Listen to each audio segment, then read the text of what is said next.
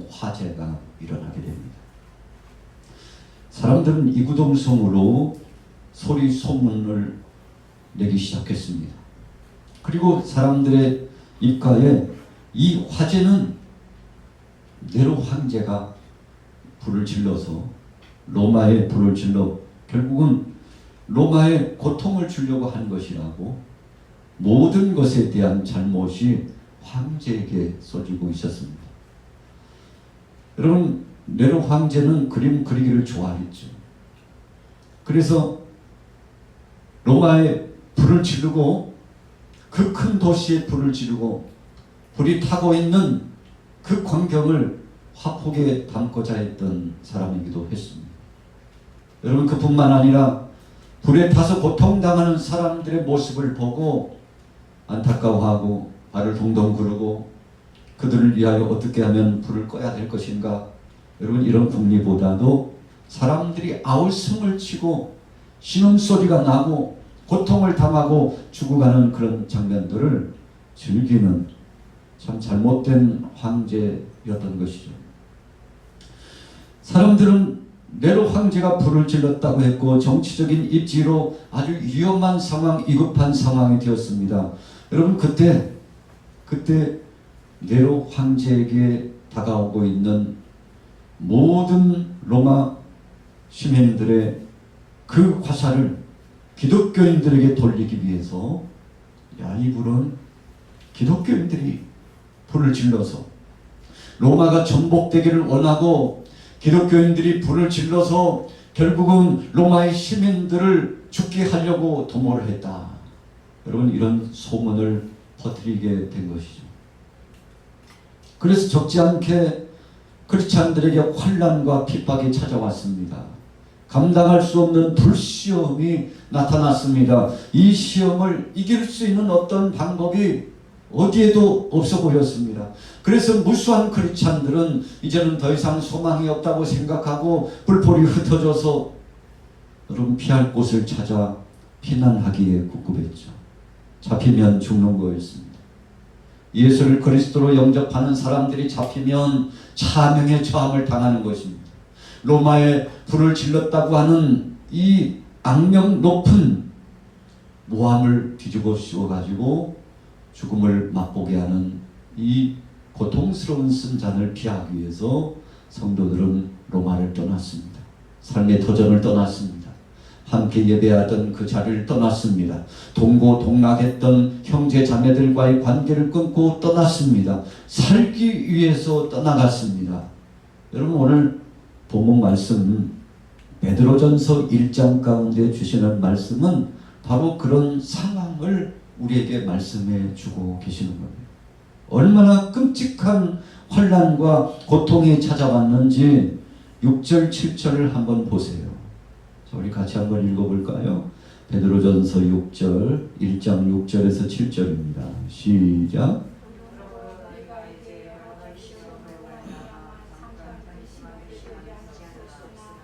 오히려 크게 기뻐하는도다. 너희 믿음의 확실함은 불로 연단하여도 없어질 금보다 더 귀하여 예수 그리스도께서 나타나실 때에 칭찬과 영광과 존귀를 얻게 할 것이니라. 여러분, 베드로가 사랑하는 성도들을 위로할 수 있는 방법은 이 환난의 때에, 고난이 엄습해오는 그때에 위로할 수 있는 방법은 하나님만이 우리 소망이라고. 이 환난의 때, 고난의 때는 잠시 잠깐 있다가 사라지는 것이고, 우리 인생들은 한 번 죽지 두 번 죽습니까? 혼란이 오고 핍박이 오고 곤고한 상황이 와도 우리의 믿음을 저버리지 말고 믿음을 지키면 사랑의 예수님께서 책임져 주신다는 소망과 비전의 말씀을 선포하게 되었던 것입니다. 3절 보세요. 베드로전서 1장 3절에 보니까 우리 주 예수 그리스도의 아버지 하나님을 찬송하리로다. 그의 많으신 긍휼대로 예수 그리스도를 죽은 자 가운데서 부활하게 하심으로 말미암아 우리를 거듭나게 하사 산 소망이 있게 하셨다. 여러분, 오늘 주제가 바로 이 3절과 4절 말씀을 중심으로 해서 나타난 주제의 말씀이죠. 산 소망이 있게 하셨다. 여러분, 죽음으로서 끝나는 것이 아니라는 것입니다. 로마의 원형 경기장에서 차명의 참을 당할 때, 옥고를 치르면서 채찍에 맞고 고통을 당할 때, 사자의 밥이 되고 맹수떼들이 물어뜯는 고통을 당하고 죽음을 당하는 순교 제물이 될 때, 여러분, 많은 크리스찬들이 가졌던 소망 가운데 한 가지 소망은 예수 죽으셨으나 3일 만에 부활하셨고 나도 죽으나 주님과 더불어서 함께 부활의 영광스러운 영화로운 그 세계에 부름을 받는다. 여러분, 이 소망을 갖고 그 환난과 핍박 중에도 성도들은 믿음을 지킬 수 있었던 것입니다. 그래서 모함을 당했잖아요. 억울한 누명을 시험 당했어요.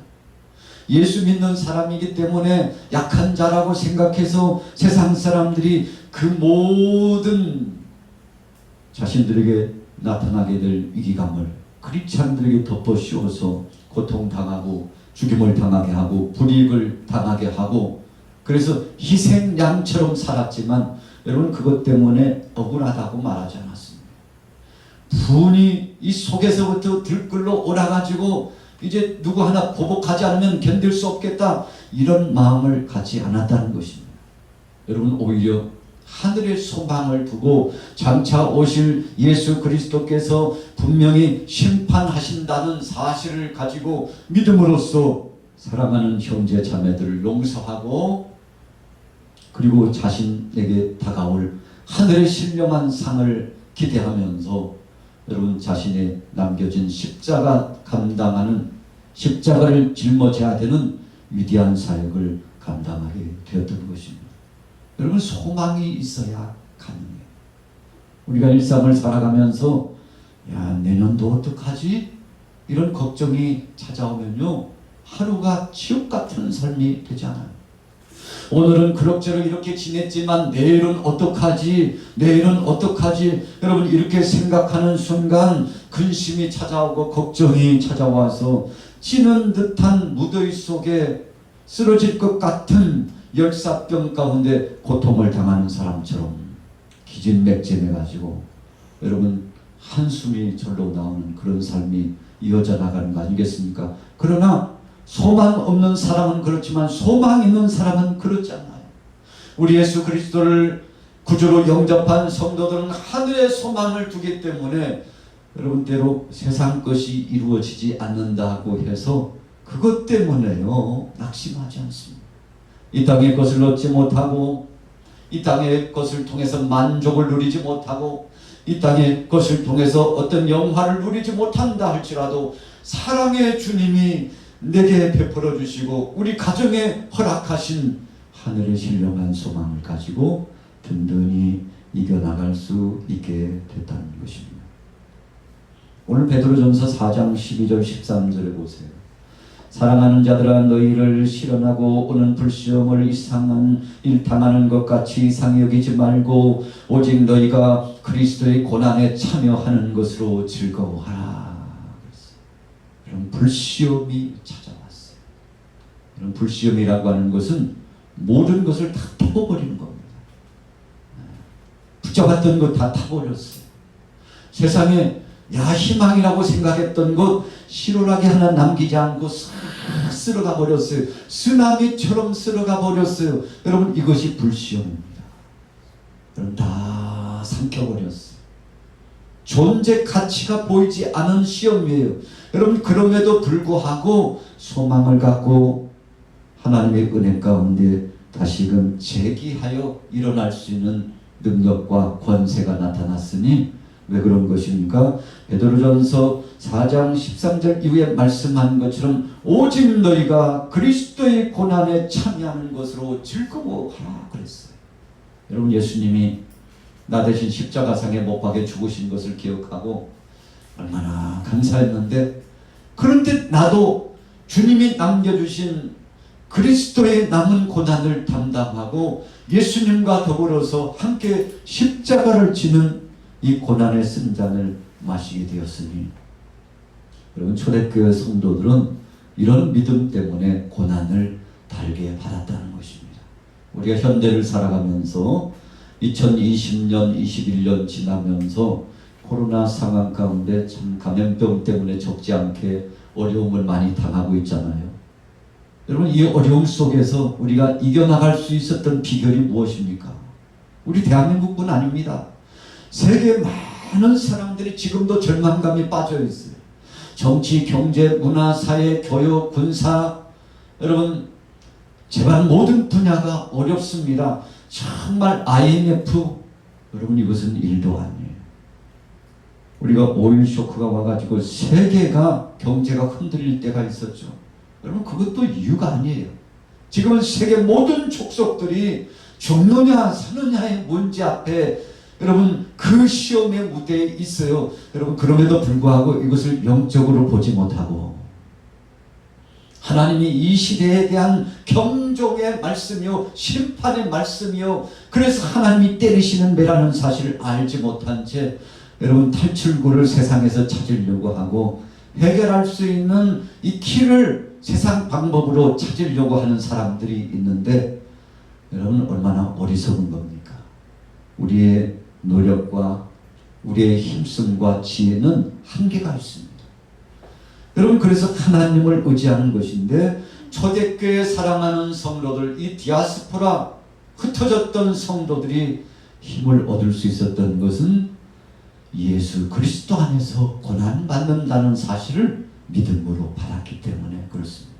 나를 위하여 십자가상에서 골고다 언덕에서 갈보리 산상에서 못 박혀 죽으시되 물과 피를 다 흘리셨던 예수님, 그 은혜 생각해 보니까요 내가 당하는 이 환난과 고통은 아무것도 아니었다는 사실, 세간의 피라고 그러지 않습니까? 이야, 비교도 할 수 없는 것이라는 사실을 알고 오히려 하나님 앞에 감사하면서 주여 고난을 통해서 주님의 사랑을 알게 하시니 감사합니다. 이 환난의 순간과 고통의 순간을 통해서 하나님이 살아계시다는 사실을 더 절감할 수 있도록 역사하시는 것을 감사합니다. 여러분 우리가 신앙생활하면서 어떤 때는 평안한 그때가 복이고 평안한 안식을 누리는 그 순간이 은혜고 그때에 정상적인 신앙생활을 할 수 있을 것이라고 생각할 때가 많습니다. 여러분 그런데 성경의 역사를 보면 평안의 때보다도 환난과 고통의 때에 더 큰 믿음을 발휘했습니다. 여러분 어려움이 닥쳐왔을 때 그 순간에 몸부림치면서 하나님 앞에 기도했어요. 여러분 그러니까 그 기도가 하나님 앞에 상달되고 그 기도 가닥에 영역을 체험하고 그래서 어려울 때일수록 큰 믿음의 용장이 나타났던 것을 생각해 보면 여러분 우리가 평안하게 안식을 누리는 순간만이 복은 아니라는 것을 우리가 기억합니다. 다윗이 범죄했어요. 여러분 우리아의 그 아내를 자기 사랑으로 삼고서 빼앗았던 참 해서는 안 될 하늘이 진노할 일을 했잖아요. 언제 그랬습니까? 한가할 때. 여러분 다른 백성들 군사들은 전쟁터에서 싸우고 있는 그때 잠깐 쉬는 시간, 쉼의 터전의 시간을 갖고 여러분 자기만의 여유를 누렸어요. 그래서 우리가 여유를 누리는 거 주님 안에서 여유를 누려야지 주님 밖에서 여유를 누리면 죄를 범합니다. 그래서 우리가 하나님이 건강 주셨는데 건강 때문에 죄를 더 많이 짓더라니까요. 어떤 때는 하나님 내 몸만 치유해 주시면 하나님 이 질병의 고통만 사라지면 하나님 어찌하여 나는 어찌하여 고통스럽게 이 질병의 스트레스 쓴잔을 가지고 살아가야 됩니까? 여러분 그래서 치료와 회복을 원할 때가 많죠. 그래서 치료를 받으면 얼마나 감사합니까? 주님 앞에 더 충성하고 헌신하고 수고하고 주 앞에 영광을 돌리고 여러분 하나님께서 더 큰 복을 주시겠죠. 그러나 여러분 상당수의 많은 사람들은 그렇지 않은 예가 많다는 것이 안타까운 거 아니겠습니까? 시간을 주시고 건강을 주시고 물질을 주시고 명예와 권세를 주시고 누릴 만한 것을 많이 누렸는데 여러분 그것 때문에 죄를 범하고 그것 때문에 영력도 상실하고 그것 때문에 영혼이 핍절하고 육체도 빈약해지고 여러분 하루 세 끼를 먹고 유의를 누리고 여러분 세상에 그 모든 좋은 것들 다 누리고 산다고 그래서요 잘 사는 거 아니고 복이 아니라는 것입니다. 그렇게 살아가는데 공허함이 찾아와요. 그렇게 살아갔는데 하나님 앞에 장차 주님 앞에 서서 자신의 모든 것을 통틀어 회개하는 그날에 주님 저는 세상에서 한 것이 없어요. 주님 부끄럽습니다. 주님 나 같은 죄인을 어찌합니까? 여러분 그러나 세상에서 쓰리쓴 쓴자를 마시면서도 믿음을 지키고 하나님 영광을 위해서 살아간 사람들은 오히려 주님 앞에 가서 겸손해요. 주여 수고한다고 했지만 너무나 부족하고 약한 자입니다. 제가 한 것이 아니고 주님이 힘 주셔서 했사옵고 주님이 물질을 주시고 시간을 주시고 건강을 주셔서 주님이 허락해 주심으로 어떤 상황 속에서든지 악조건의 상황이라도 주의 영광을 위해서 수고는 했지만 주님이 저에게 허락하신 그 사랑과 은혜에 비하면 아무것도 아닙니다. 주님 불충한 이 종을 용서하여 주옵소서. 여러분 이렇게 고백하는 것이 진정한 고백 아니겠습니까? 진정한 감사 아니겠습니까? 오늘 초대교회 성도들이 부활의 소망을 가지고 여러분 살 소망의 여유를 가졌습니다. 죽어도 다시 산다고 생각하니 얼마나 감격스러운지 몰라요. 여러분 그래서 크리스찬들을 핍박했던 사람들이 깜짝 놀랐잖아요. 그 환난 가운데도 그 고통 가운데도 굳건히 믿음을 지켜나가고 있는 예수쟁이들, 크리스찬들, 그리스도인들을 보면서 감동이 되어가지고 여러분 나중에 많은 상당수의 핍박자들이 주님 앞에 돌아왔던 것을 우리가 기억합니다. 여러분 부활의 소망이 있었기 때문에 살아갈 이유가 있었던 것입니다. 소망을 갖고 살아갈 이유, 부활의 영광스러움이 있기 때문에 가능했던 것입니다. 자, 성경 읽어볼게요. 8절 9절 같이 읽어보겠습니다. 8절 9절입니다. 시작.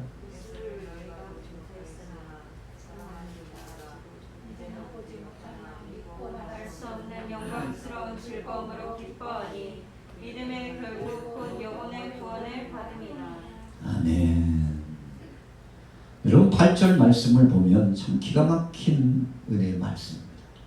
예수를 너희가 보지 못하였으나 사랑하는도다 그랬어요. 여러분 이 한 구절 말씀 속에 우리와 함께 공감대가 형성되지 않습니까? 예수님을 보지 못했어요. 그분이 십자가상에 못 박혀 죽으신 형장을 보지 못했어요. 상당수의 많은 이방인들이 그랬습니다. 여러분 유태교, 유태주의 그 사랑하는 형제 자매들도 마찬가지였습니다. 주님이 십자가상에 못 박여 죽으신 그 형장의 모습을 보지 못하고 부활하신 영광스러움을 만나 뵙지 못했음에도 불구하고 그분이 나를 위하여 죽으셨다는 사실이 믿어지고 부활의 영광스러운 소망이 있다는 사실이 믿어졌어요. 여러분 얼마나 감격스러운 것입니까? 오늘 저에게도 여러분들에게도 그런 믿음이 있고 주님을 끝까지 사랑함이 끊이지 않게 되기를 예수님의 이름으로 축원합니다. 자, 8절 중반절에 보세요. 이제도 보지 못하나 믿고 말할 수 없는 영광스러운 즐거움으로 기뻐하니 믿음의 결국은 곧 영혼의 구원을 받음이라 그랬어요.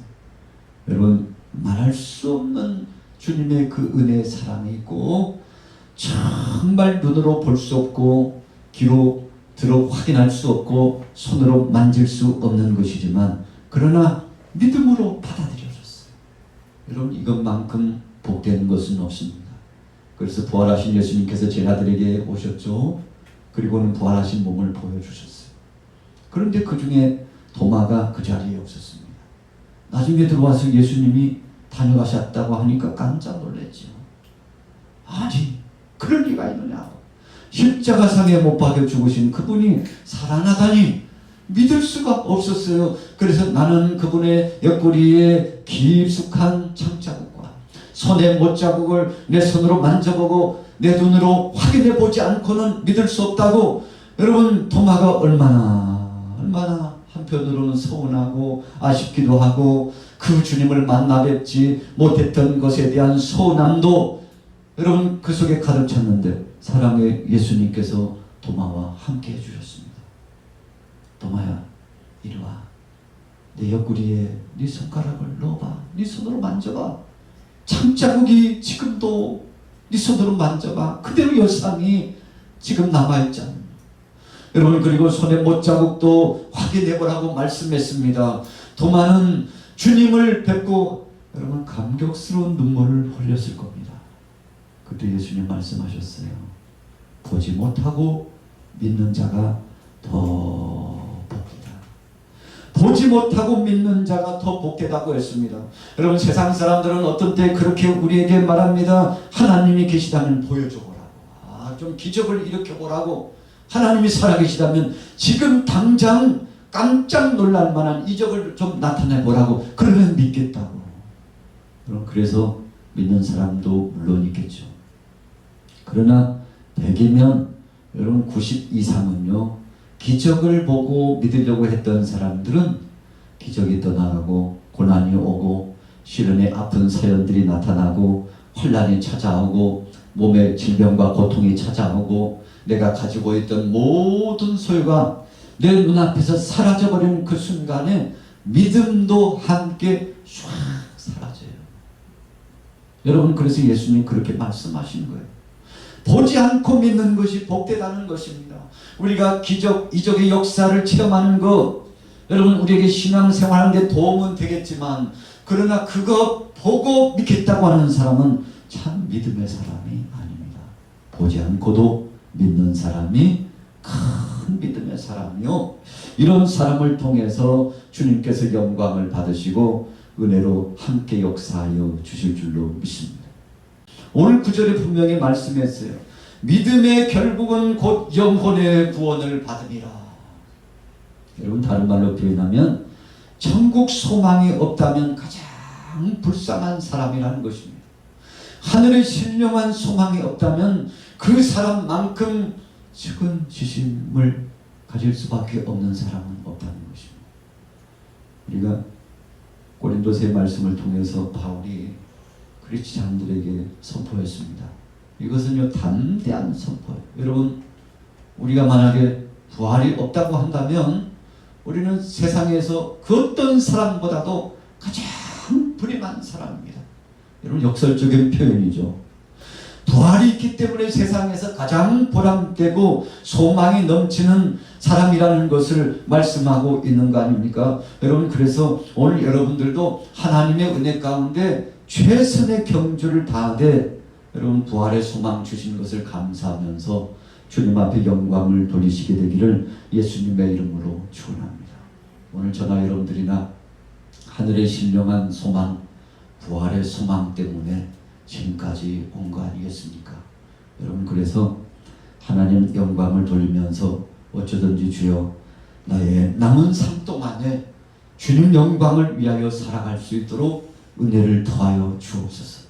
주님 장차 오시는 그날에 정말 주님 앞에서 나 자신이 부끄럽지 않는 모습을 가질 수 있도록 역사해 달라고. 여러분, 이런 큰 믿음을 가지게 되기를 예수님의 이름으로 축복합니다. 여러분, 바울 사도 보세요. 다메섹 도상에서 전환적인 삶을 살았어요. 그래서 바울의 삶은 다메섹 도상 이전의 삶과 다메섹 도상 이후의 삶으로 나누어지잖아요. 그래서 우리 인생도요, 어떻게 보면 전반부 전반전과 같은 삶이 있고 후반전 후반부와 같은 삶이 있어요. 우리가 성경 속에서 그런 예를 들려면 인물들이 굉장히 많습니다. 가깝게는 아브라함 보세요. 75세 이전에는 갈대아 우르에서 우상 숭배하는 집에서 살았어요. 그런데 그의 인생 후반부에 여러분 75세 지난 그 이후에는 하나님 앞에 부름을 받았다 가지고 믿음의 조상으로서 살아갔잖아요. 여러분, 얼마나 감격스러운 삶을 살았습니까?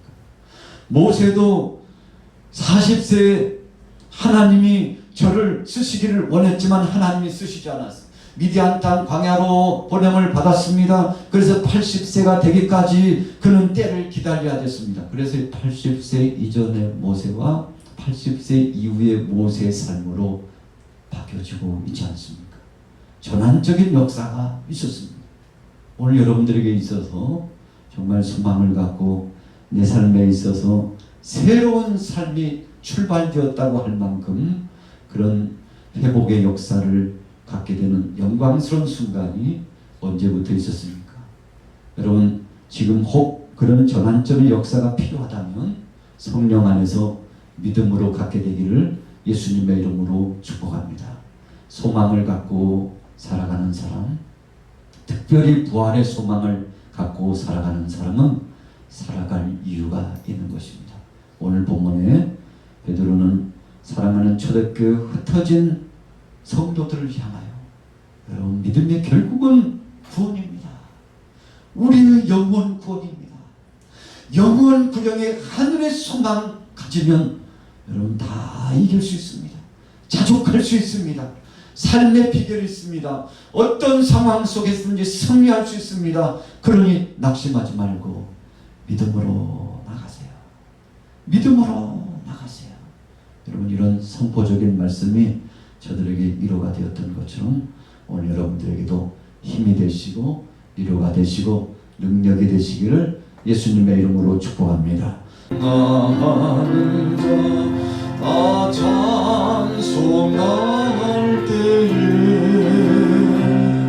그 보좌 앞에 둘러서 그 보좌 앞에 둘러서 영광 돌리세 큰 영광 돌리세 저 발로한